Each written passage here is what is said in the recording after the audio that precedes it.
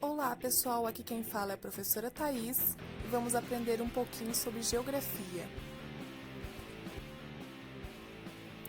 O tema de hoje é regionalização do Brasil. O que é regionalização vimos na videoaula anterior. O link para o vídeo anterior está aqui acima no card. Vamos para a explicação da temática de hoje. Ao longo do século passado, o Brasil passou por diversas regionalizações, algumas considerando critérios físicos naturais e outras socioeconômicos, históricos ou culturais. Aí vem a questão: para que dividir o Brasil em regiões? Qual a necessidade disso? É interessante dividir o Brasil em regiões, pois se trata de um país muito grande, com tamanho continental. É o quinto país maior do mundo no quesito de extensão territorial, perdendo apenas para Rússia, Canadá, Estados Unidos e China. Seu tamanho não é muito diferente do continente europeu, por exemplo. Deste modo, é necessário haver uma regionalização para facilitar a administração e o planejamento territorial. Um segundo motivo para regionalizar é que, devido à sua ampla extensão territorial, no Brasil, há uma grande variedade natural de clima, de solo, de relevo, de fauna e flora, o que faz com que cada ponto do país possua características singulares, bem como seus recursos naturais sejam distintos. Um terceiro ponto, e não menos importante que os anteriores, é a grande variedade cultural existente no país. Isso se deve ao processo histórico de formação brasileira. O povo brasileiro foi formado por uma mistura entre povos nativos da América, os indígenas, e os povos africanos e os europeus. Isso faz nosso país muito plural, onde os costumes da população do sul, por exemplo, são totalmente diferentes da população do norte, começando com o sotaque, vestimenta, alimentação, entre outros. Vejamos alguns exemplos da regionalização brasileira. Temos a regionalização oficial, que foi desenvolvida pelo IBGE, que é o Instituto Brasileiro de Geografia e Estatística. O IBGE ele foi criado em 1936, com a função de ser o órgão provedor de dados e informações do país. Os dados do IBGE são importantes para compreender a situação do país e poder administrá-lo.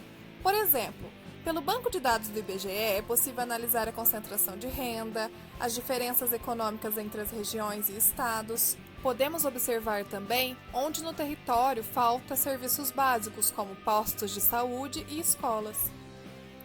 A divisão regional de 1942 separava o Brasil nas regiões Norte, Nordeste, Centro, Leste e Sul. Os critérios utilizados foram a aproximação geográfica de uma região com a outra, a semelhança de aspectos naturais, principalmente, e também as condições socioeconômicas. Essa proposta foi elaborada por Fábio Macedo Soares Guimarães, esse senhor que aparece na foto.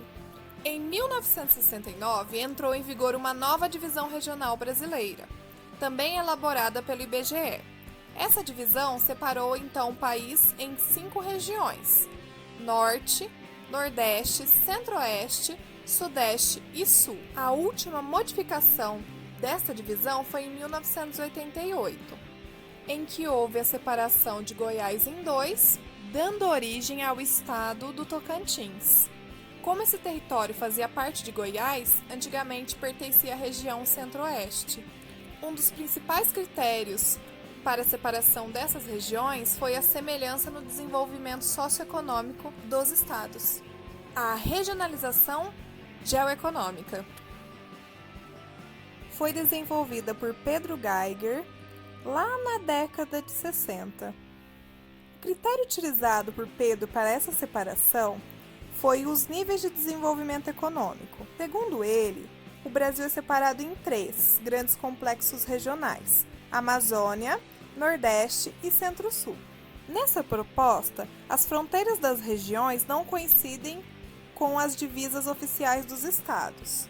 Um exemplo é que o norte do estado de Minas Gerais faz parte da região geoeconômica Nordeste, enquanto o sul faz parte da região Centro-Sul. Por fim, a divisão do Brasil em 4 Brasis. Essa divisão foi elaborada por Milton Santos em parceria com Maria Laura Silveira. Separa o Brasil em 4: a região Centro-Oeste, a Nordeste, a Amazônia e a região concentrada. Essa última região possui esse nome pois tem altos níveis de ciência e tecnologia, uma ampla infraestrutura e um maior nível econômico em comparação com as demais.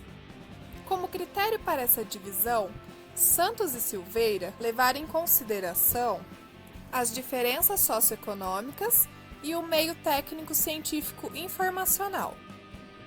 Este meio tem a ver com o espaço que vivemos atualmente, que é puramente mecanizado e tecnicista, e com a presença das telecomunicações como a internet. Qualquer dúvida sobre o assunto, deixe nos comentários.